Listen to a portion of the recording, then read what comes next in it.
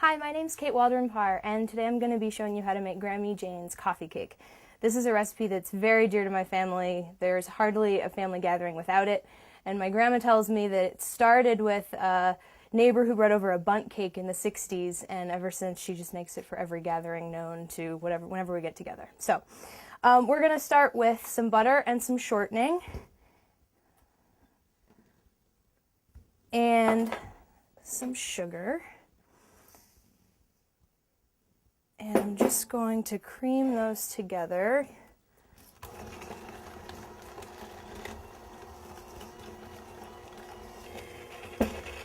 Alright, so once those are incorporated, I'm going to add 2 beaten eggs.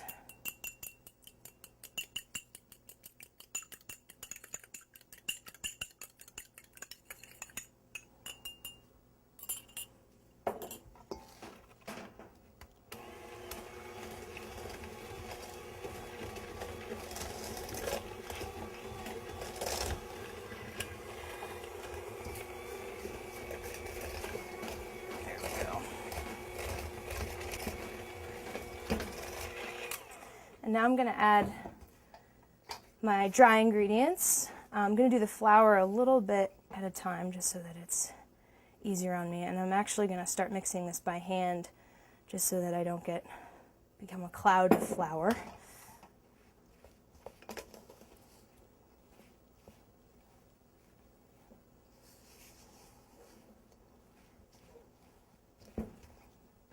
And with that flour, I'm also going to add in baking soda and baking powder. I'm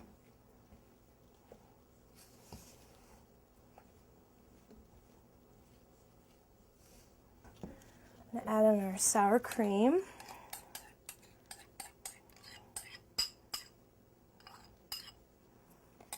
And a little bit of vanilla.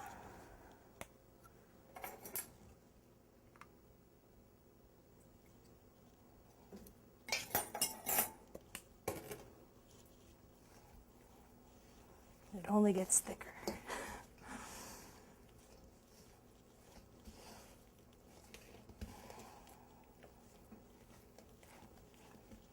All right, so once you've got your sour cream all incorporated and your arm is exhausted, we're going to portion into our pans. All right, I've got 2 8-inch pans, buttered and floured, and what I'm going to do is this cake is kind of a layered cake, so you're going to put about 1/4 of your batter into each pan. So I'm just going to kind of give myself an eyeball of quarters here.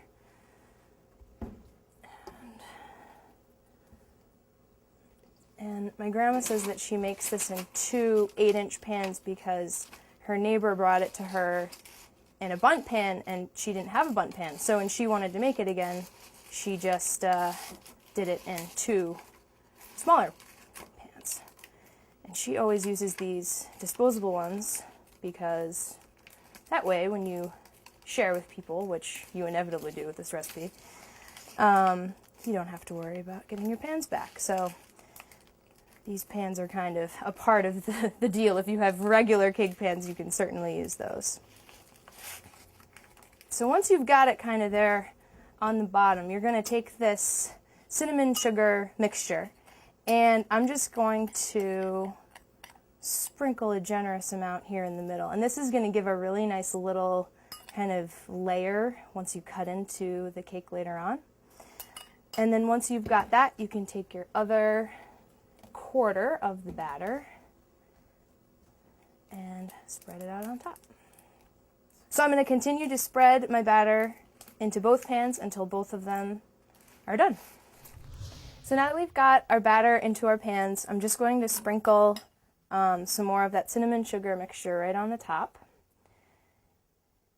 And this will just add a little bit more cinnamon flavor. It'll look nice on the top too.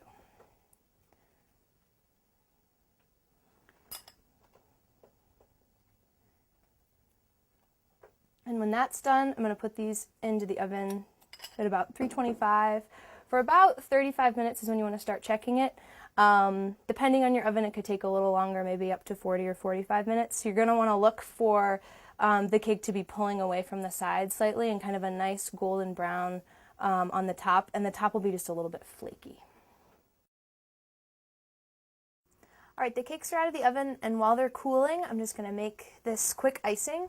I'm going to start with some butter and some milk, and I'm just going to melt those in a saucepan. It's a little warm.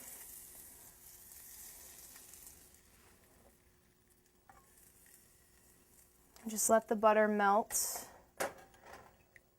and I'm going to bring it to a boil very briefly. Let that heat up a little bit. There's my boil, so I'm going to take it off the heat. And I'm going to add, some powdered sugar. I'm just going to do it about a cup at a time. This is really kind of up to you in terms of what sort of consistency you want to get. It's a pretty basic icing recipe. So once I've got that dissolved, add a little bit more sugar. Let's see how that's looking. And I'm going to let this set for a couple minutes, and then I'm going to ice my cakes. All right, before I ice my cakes, I'm just going to add a little bit of vanilla to the icing and stir that in.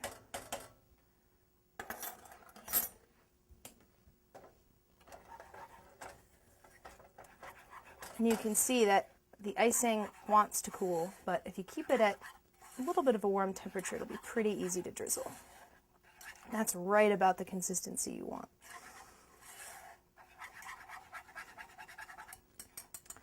So you can get as fancy with your icing as you would like to.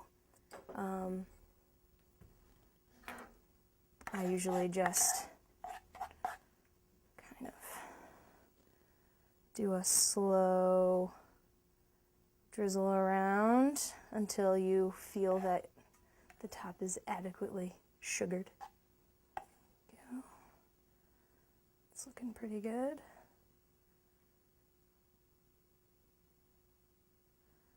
And I'm going to do the same to my other cake, but that gives you an idea of the final product. And now you can enjoy Grammy Jane's coffee cake for breakfast or dessert, as we like to do in my family.